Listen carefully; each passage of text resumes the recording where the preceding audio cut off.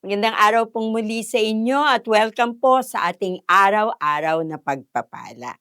Tunay nga na araw-araw ay nararanasan natin ang biyaya at pagpapala ng Panginoon. Sige po, manalangin tayo pansumandali. Ama, sa pangalan ni Jesus, kami po ay muling lumalapit sa iyo para sa aming pagbubulay-bulay. Samahan mo po kami at kami po ay makarinig mula sa iyo, Panginoon. Salamat po, Diyos, sa pangalan ni Jesus. Amen. Amen. Ang ating pong pagbubulay-bulayan ay mula po sa Psalms 27 verse 13. Ang sabi po dito, yet I am confident I will see the Lord's goodness while I am here in the land of the living. Alam niyo po sa panahong ito na parang ang mga sitwasyon na nangyayari sa paligid natin, ang mga kaguluhan, parang nawawalan din tayo ng kapayapaan, ng confidence na kung ano ang mangyayari bukas. Parang lagi nating lilingunin, titignan ang ating bank account, lagi nating i-check ang mga presyo sa palipaligid. Pero sabi po sa verse na ito ay ang confidence daw po ng author ay nasa Panginoon. Sabi niya, I am confident that He will see the goodness of the Lord. So pag sinabi mong goodness ng Panginoon, kalusugan ba ay goodness ng Panginoon? Yes!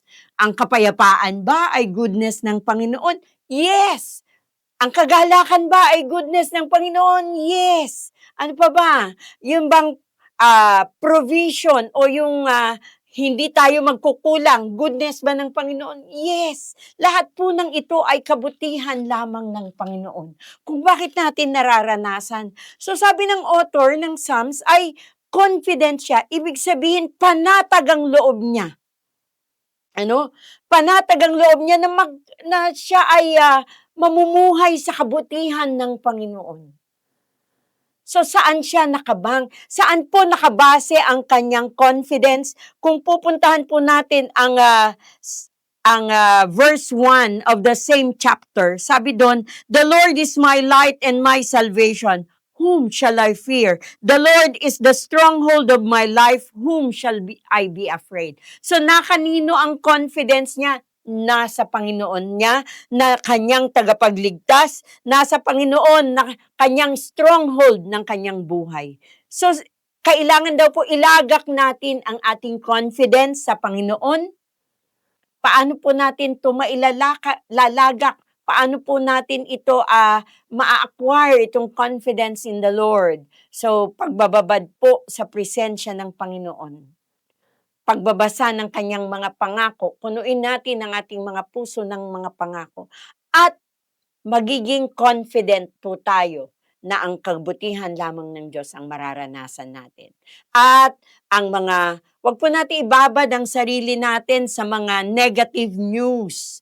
Wag po natin ibabad ang sarili natin sa mga social media na nagdadala ng fear. Bagkus ibabad po natin ang ating sarili sa Panginoon na ating tagapagligtas, sa Panginoon na ating tanggulan o ang ating putang tanggulan, yung ating shield ng ating buhay, siyang ating kalakasan.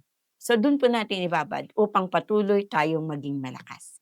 Amen po. So ulitin ko po na let us have that confidence that we will see the goodness of the Lord. Habang buhay tayo, habang nasa lupa tayo, we will have that confidence. Amen. Sige po, manalangin tayo, Ama, sa pangalan ni Jesus. Tunay nga, Panginoon, na sa iyo namin ipinagkakatiwala ang aming buhay.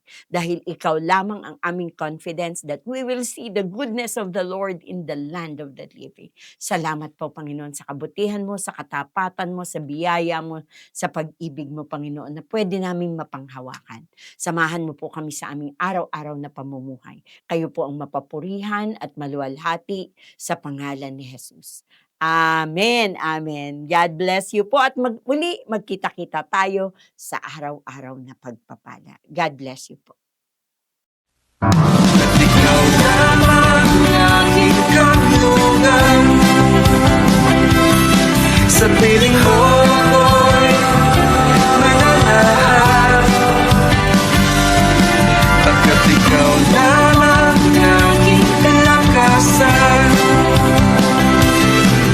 piling